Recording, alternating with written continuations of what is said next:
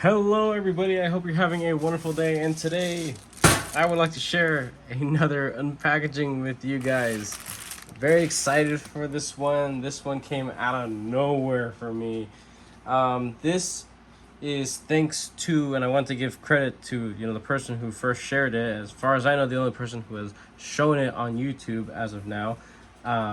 Nick over there at Stasa23 Knife Therapy. Go check out his channel if you haven't. Wonderful, wonderful content, and just a spectacular collection. He likes to take chances. He's a risk taker. He likes to buy a lot of stuff on Amazon from companies they're like micro brands. Chances are, majority of these knives are made in the same area, probably by the same companies, just different branding, really. And one of them did stick out to me. Now, it's a little bit different than the stuff that I've typically checked out in the past, but not too different. I didn't exactly get the variant that he showed off on his channel recently. I wish I could have gotten that one, but I slept on it, and so I got the second best version of it. And I know for sure that he got the same one too, because he loved the first one he got so much. The unpackaging knife is going to be the brand new Neutron 2 that I got from TRM. Carry this thing to work today, and it has been absolutely wonderful of a little slicer. The only thing is this monstrous thing attached to the side of this beautiful knife. I had a little bit of difficulty in it, mainly going back in the pocket, because there's just so much tension. So I did have to bend it out a little bit. It doesn't tap or anything crazy like that, but it's such a big freaking clip for such a, I guess I wouldn't want to call it dainty, but this is a more, I guess, fancy looking knife. And I think that maybe a micro clip or something a little bit lower profile and sleeker would have been a whole lot better. Besides that, let's get into this here. Alrighty.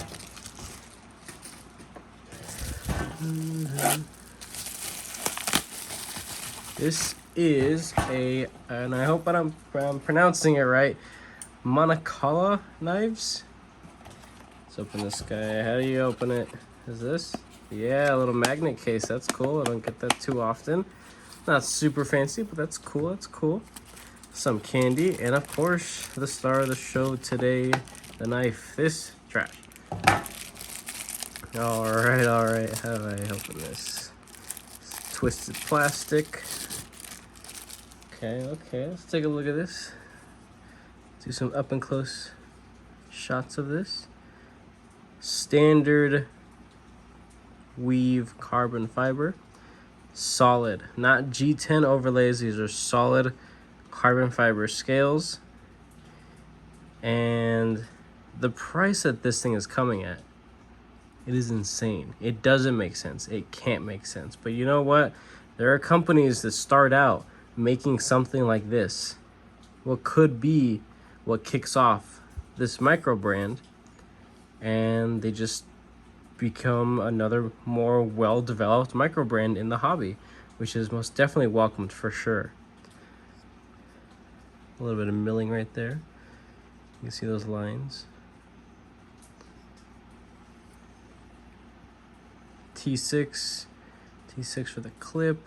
Pivot looks like T8. I think it's weird that it's on the show side, not that side. It's not reversible for the clip, unfortunately. Flipper tab. It's not super sticking out, not super crazy looking. Looks comfy. Has some jimping on it. Not super sharp, but I think well enough. Studs on each side. Let's give this guy a flip. Perfectly centered. Oh, that's nice. It's very clean. Honestly, very light. Look at that lock up right there. That's pretty light right there. I'm sure that'll wear itself in. Disengagement, very easy. Studs, ooh, that's nice. That's really nice. Wow. Huh. Reverse? Oh yeah. That's great. That really is nice. This blade, it's a little, take a look at that. It's a little funky right there, really wide.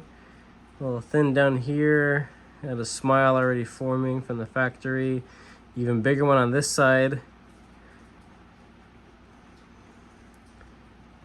So this is a compound grind with a little bit more thickness here at the tip for, I guess, puncturing strength, and then a hollow ground for, I don't know, 4/5 of the length of the blade for better slicing capability.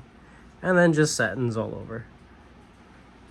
14C 28N blade material.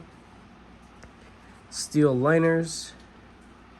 It looks to be a ginormous pocket for weight relief. I like that. I like the way they think. That's what I would do.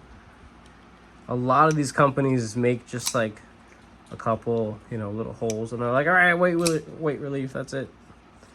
But no, I mean, the carbon fiber scales on their own, extremely rigid material, right? And with the thickness of the steel liners, they're not shadow box, they're, you know, flush with everything else, nice and comfy actually. There's plenty of strength with the materials that they're using here, honestly. And for basic EDC use, yeah, this thing's good. Further back here, not bad. A little closer up here, and maybe not like right up there, but back over here, yeah, sure, maybe if you want to sit on that flipper tab. Now I do have large to extra large size hands, slimmer fingers, so for me it's not that bad up here. But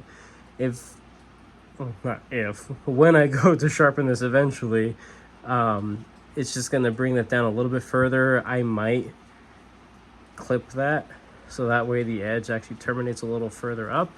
I want to see where it actually stops. What is going on? This has internal stops? All right, that's cool. That's pretty cool. I like that. You don't see many budget knives with internal stops. That is pretty sweet. Okay, let me get a piece of paper. And what else? Where's my scale? I had a scale. I see it. It's over there. I'll get it in a sec. Let's just test the factory edge on this. Oh yeah. That's good. Let's check out that tip. Plenty bitey. Honestly, it doesn't feel like it's, you know, thicker than passing through the hollow grind. Honestly, I'd say it's probably just more for aesthetic. Maybe a little bit of robustness, but really the transition between the two grinds, it's not that crazy. But it's nice that it is actually consistent, so that's cool. This is the only knife I have that has a compound grind, so that's cool. Little fun fact there. All right, I like it. I like it. Wonderful, wonderful factory edge. Little to no fuzz at all, so that's cool. Let's toss that. Let me get the scale, and then we got some size comparison knives. Now, I could have sworn I thought this knife was going to be a little bit bigger. I'm glad that it's the size that it is, but I thought it was going to be a little bit bigger, so I busted out 4 of like my large EDC knives. That's what you want to call them, I guess. I'll show you guys in a sec. Let's get the weight on this, and of course this will be linked down below. To my knowledge, during the recording of this video, they're out of stock, but you can still purchase them, and they'll come back in stock, it says, within like a month. 4.3, not super crazy, not bad at all, honestly, for the materials that you're working with here and the size of it.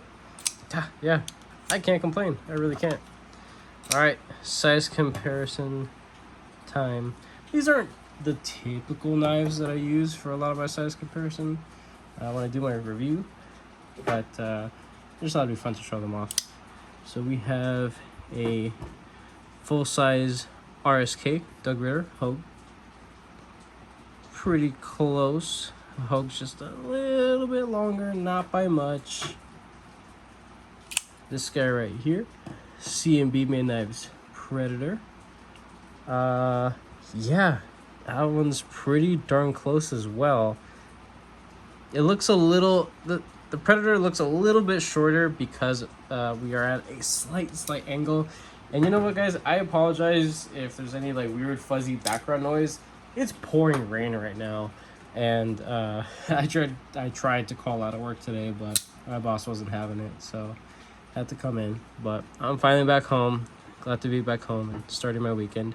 Here we have the Hinder Knives XM18 3.5, and then a Spyderco PM2. So these guys are definitely going to be a whole lot larger than it. Not by much, but definitely the PM2 has a good bit of length there. So hopefully these other full-size knives help you guys to get a good visual grasp of what this guy really is, and maybe that helps to help you guys make the decision whether or not to pull the trigger on this. That flip, that's pretty sweet. For sure this is running on bearings. I don't know if it's ceramic bearings or not at this point, and with how the action is, I don't really care if they're ceramic or steel. It's great. Let's check blade play. Side to side, good to go. Up and down, oh, hey, we got a little bit of up and down, but I really gotta muscle it. Nothing super crazy that could be really easily fixed. All I gotta do, take it apart, clean it, bend the liner lock in just a little bit, and that should hopefully lock it up. And I hope it doesn't get any lock stick, but even then, for the price, I can't really complain. This being, very, very new brand, or at least, mark here, Monacola. All right. Well, if you guys like what you see here, go ahead and leave a like down below. Comment in the comment section if you guys are interested in this. If you guys have this on the way already, if you have all 3 different variations, there is a titanium variation that I was salivating over. It was a frame lock.